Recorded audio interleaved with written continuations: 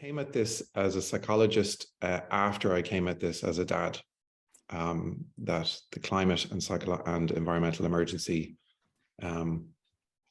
was something that I hadn't intended to point myself as a psychologist at. And but here I am. And as was said, I'm involved in a group with the PSI that are looking at bringing awareness of the psychological factors involved in how we respond or don't respond to the climate crisis. I've been saying that I spent about 20 years trying to not think about climate change. In other words, things would remind me of it, and I would push it out of my mind for various kinds of reasons. I think I'm allowing people into the waiting room. I hope that's okay. This involved paying attention to some of the news and some of the information that's been coming at us over the recent while, which seems to have dialed up in intensity and in frequency, paying attention to the timelines a little bit more. And more importantly and fundamentally, encountering it as a human being on an emotional level. How is this making me feeling? So like many people, I was aware of the climate crisis intellectually. If you'd asked me, did I know about it? I would have said yes. If you'd asked me, was I concerned about it and did I think it was important? I would have said yes. But I hadn't really felt anything about it. And for some reason that changed, and I started to feel frightened and overwhelmed and grief-stricken and upset and anxious and all those things that we might feel when we pay full attention to what is actually occurring. I came across a notion through a friend of the idea of a circle of influence and a circle of concern. When I got to that point of thinking, what am I going to do about this? It's easy to get overwhelmed and disconnect in that space. And this notion allowed me to focus myself in on what are the things I can influence, and moved into action. This is a lovely book by Michael Mann. And he kind of uses the term urgency and agency, that both are required in our response. So just a few images to bring to mind, and I'd ask that maybe you stay conscious of what happens to your mind as these images move past. And we're going to land on the question a little bit later, what happens when the information about the climate change comes to us? So Pakistan, a third of it's underwater. This year has been extraordinary in terms of the climate shocks that are increasing over time. So just to bring them to mind in one space, in one moment, wildfires in London during the summer, the Yangtze River dried up, flooding in Sudan and many other parts of Africa, massive wildfires in California, worst flooding for a century in Bangladesh, the Danube River drying up in Europe, hurricane Ian in Florida, and Ireland isn't. This is a image from the Shannon River catchment area a couple of years back. So there are also things to be optimistic about in terms of what we're doing. Wind power is increasing globally massively. Solar power is increasing massively. Sale of EVs, for example, is increasing, although obviously it's better if people get out of cars altogether and are walking and biking. But still, we are at an incredibly precarious point.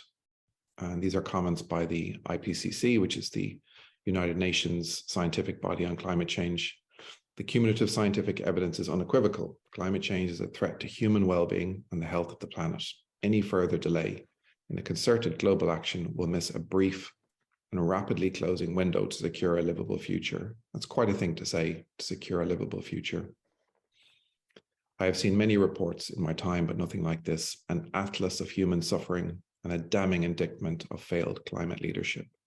That's the Secretary General of the UN. So this is the highest status authority on the planet with regard to scientific consensus, speaking about the peril that we're in. Despite this, the report gives cause for hope. This is the IPCC report with decisive and immediate response, bringing transformational adoption together with rapid mitigation led by countries' plans. We can create a climate resilient society with benefits for all. In other words, there's still a great deal to fight for. And we mustn't give in to doom, which we'll talk about in a moment. So why are we stuck? Why are we not moving with the great speed and adaptive transformation that's required? Why are we tinkering at the edges rather than making deep fundamental changes? There's a few parts to the answer to that question that I'm not going to talk about today, but are really important and I want to mention before I go into the space that I am going to talk about. So these include things like the historical context that we come from, colonialism, philosophical dualism, the notion that nature, for example, is less important than man, and therefore we can treat it exclusively as a resource, something it is without spirit or without aliveness. So we can treat it in a way and disregard it, and that kind of gets rid of a moral barrier that might suggest that we should treat it with more respect. The cultural context, for example, consumerism, or economic context, capitalism, permanent growth, etc. The political context, neoliberalism, and all of these things emphasize a resource extraction relationship with the natural world, endless economic growth, and most importantly, all of them involve a deep habituation and socialization of people into states of mind and a way of relating to ourselves in the natural world. So it's not that these things aren't important, they're absolutely incredibly important, but they're not exactly the space that I'm talking about this morning. So what happens when we see messages like this? You know, when you're watching the news or reading a newspaper or scrolling through Twitter and you see UN warns Earth is firmly on track towards an unlivable world. In other words, humans won't be able to survive. The Economist reports the coming food catastrophe. Or more recently, the UN warns of total societal collapse, which was ignored by every single major media outlet on the planet. I don't know why my slides are moving ahead of me, which is an extraordinary thing in and of itself. So what happens when we see messages like these? So this is a model developed by a psychologist called Perhaps and Stonks, which gathers together a few ideas that might illuminate some of the psychological activity that means that when a message like that comes at us, it kind of slides right by and it doesn't engage us in the kind of urgency of response or focused action that you might imagine it should. So the first is the idea of distance. It's not, and that could be geographical or temporal. It's going to happen in the future. You know, that's the narrative we've all grown up with. Climate change is a problem for future generations, so I don't have to do anything about it now. It's for people in Pakistan who are, you know, experiencing that climate shock. It's not for me right now here, so I don't have to pay attention to it. Or it's kind of distant personally. It's kind of an abstract thing that doesn't really land concretely in my life. So it's distant. So I don't have to pay attention to it. The second one is the idea of doom. It's too late. We're all screwed anyway. May as well enjoy the party while we still can. And of course, that's just another recipe for continuing the damage that's being done and is patently false in that there is a great deal to be saved and to fight for. Dissonance, that's the idea that something we care about and something we're doing are in conflict. For example, if a person cares about their health and they're smoking cigarettes, they experience a state of agitation or psychological dissonance when they are thinking of those two things at the same time. And we have lots of ways of getting away from that. So, you know, I'm going on a flight on my holidays. I know that that's damaging the world. I care about the world, but it's only one flight. You know, so we've lots of ways of removing ourselves from the psychological discomfort that's created when we are conscious of our own behavior being part of the problem that we care about. Denial, a kind of psychological retreat or psychological space that we move to move away from very challenging or difficult internal experiences. The sense of overwhelm or the sense of disaster or catastrophe can be extremely difficult to sit with. It's not a comfortable place to be. And a certain amount of denial is functionally required, one would say, just to exist and function on a day-to-day basis. It's extraordinarily difficult to be conscious of the world as it is today with all that is happening. And there's maybe a spectrum of denial, with denialism right at the end, the extreme end, where people are saying climate change doesn't exist and denying the science of that kind of activity, right down to the everyday denial where we need to put it on the psychological shelf just to get through making the breakfast and not get kind of paralyzed by the fear that we might encounter when we think about it. And then the notion of identity, that climate change belongs to certain groups who have a certain identity. It belongs to the Green Party, or it belongs to people who are environmentalists or climate activists. Someone called me a climate activist recently. I said, really? Oh, that's interesting. I've become part of a new tribe and I didn't even realize I'd passed the membership criteria. And that was an interesting experience, that we are part of social groups. And sometimes when we transition from one to another, it changes the way people view us. It's interesting when you get known as someone who's engaged in climate activism, how that changes the way some people relate to you.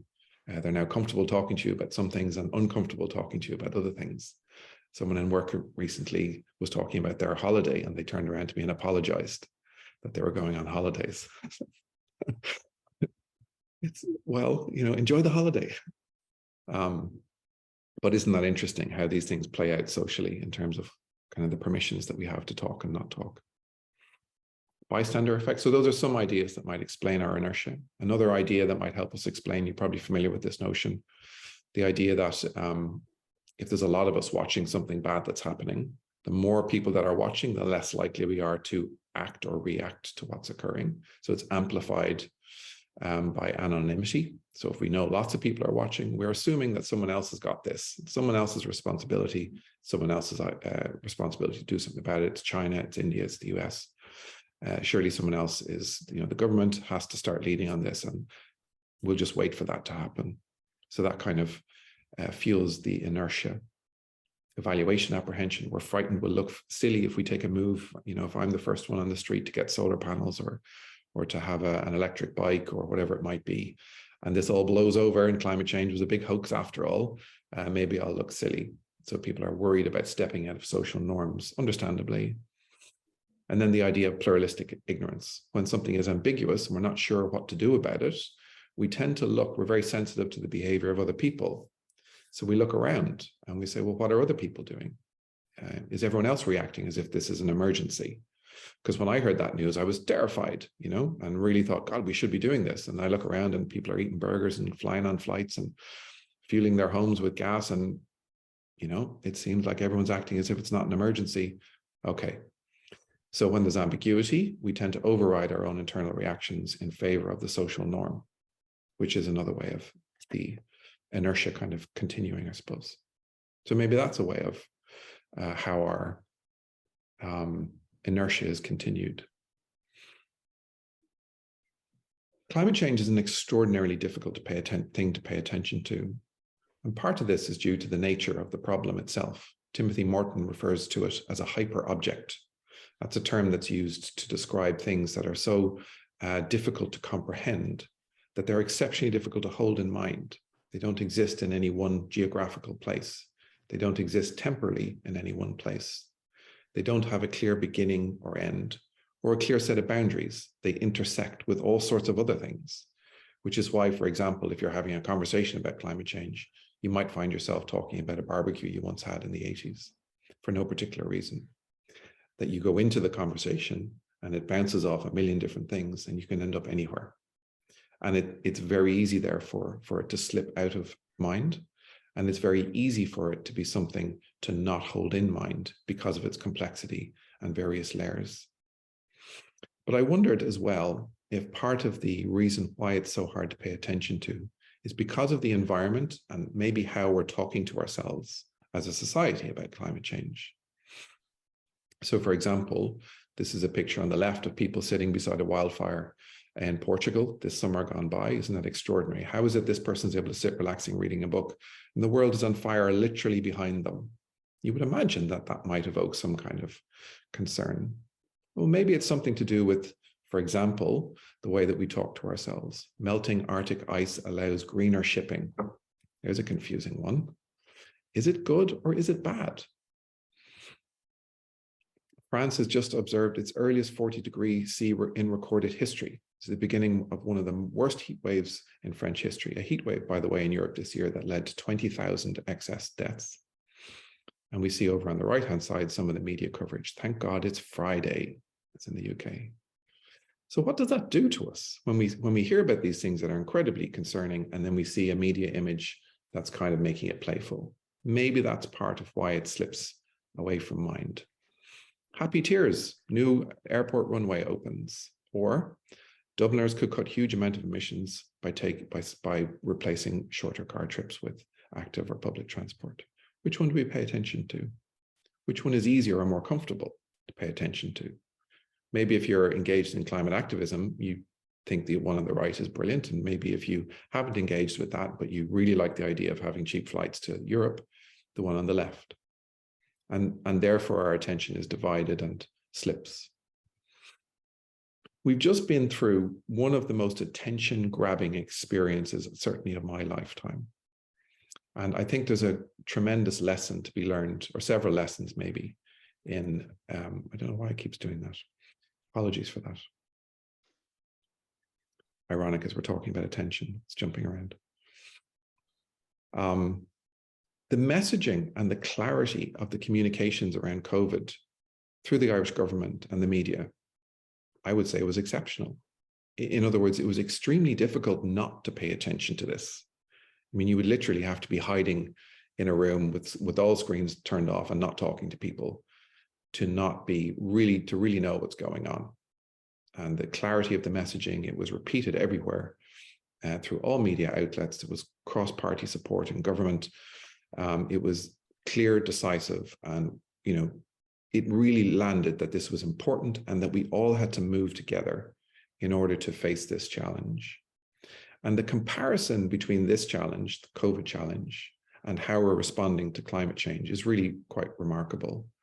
And they're very, very different. Now, climate change is a different kind of problem as well. It's not as simple and straightforward in a way. In a way, COVID was a threat to the system, whereas climate change is caused by our system. So it is a harder thing to communicate about. But I think our response to COVID proved unequivocally that we can turn on a dime when we need to, and collective transformational action in a short period of time, which we wouldn't have thought possible, is actually possible. So there's an extraordinarily important lesson in that action that we took. So why are we still not moving? Given that we know all this, etc. This is a great paper that analyzed 30 years of scientific warnings, and we're still emissions globally rising. And one of the key factors, there are several, but one of the key factors was the idea of powerful vested interests that are deliberately harnessing our disattention or misleading us. This kind of goes back to, this is an early advert for ExxonMobil, previously Humble, kind of boasting about the fact that each day Humble supplies enough energy to melt 7 million tons of glacial ice, boasting about it. They wouldn't do that now. It's become a little bit more subtle, but nevertheless, it's still there. So carbon neutral driving being sold by Apple Green. So right under our noses, the messaging which leads to disattention. So explaining climate change as being caused by psychological phenomena inherent to our nature, like the bystander effect, runs the risk of deferring attention away from context, which is actually enormously important. Psychological processes are part of climate change in action, but not necessarily its cause. For this, we have to look more broadly into society, in particular at political and economic power. So we don't change minds, go in and kind of tinker with how people are thinking, and then move past some kind of barriers to climate action. We work through contexts, social, political, digital, etc., to change minds, to move past the barriers. One of the ideas that has been floating around, I really kind of like this notion, is the idea of a tipping point, a social tipping point. It gives me a sense of hope and progress that we can, and that something is achievable. How many people have to be concerned about or change their mind about something before the whole group moves? Or do we have to wait for all 7.8 billion of us, or 8 billion of us, I think we've just crossed that threshold, to change our minds? And it turns out not. So this is some useful data that was gathered through experimental work demonstrating that when minority groups reach a critical mass, in other words, how many people in a group, and the answer is about 25%. In other words, if you have 100 people who all believe something and 25 people in that 100 change their mind, that's enough to bring the entire group with them. So 1 in 4. Now, 1 in 4 to me feels like an achievable goal. If we think of our friend groups and our family groups and our work groups and any group that we might be involved with, 1 in 4 feels like an achievable goal. Getting everyone to change their mind and their behavior right now feels like it's beyond reach sometimes. So in summary, we're not predetermined to fail in addressing climate change because of our innate psychology, cognitive biases, bystander effects, psychological distance, etc. Sustained attention is required for addressing climate change. This is where I think mindfulness has a really powerful and valuable role to play. We live in a world that encourages our disattention from this issue, specifically from this issue. And mobilizing groups turns minds to action, not the other way around, COVID being a good example. And then finally, talking about climate change is essential as a way of bringing momentum to getting us to that 25% of those social tipping points. So thank you very much. I'll turn off my misbehaving slides now. I'm delighted to have a chat and hear any thoughts or questions people might have.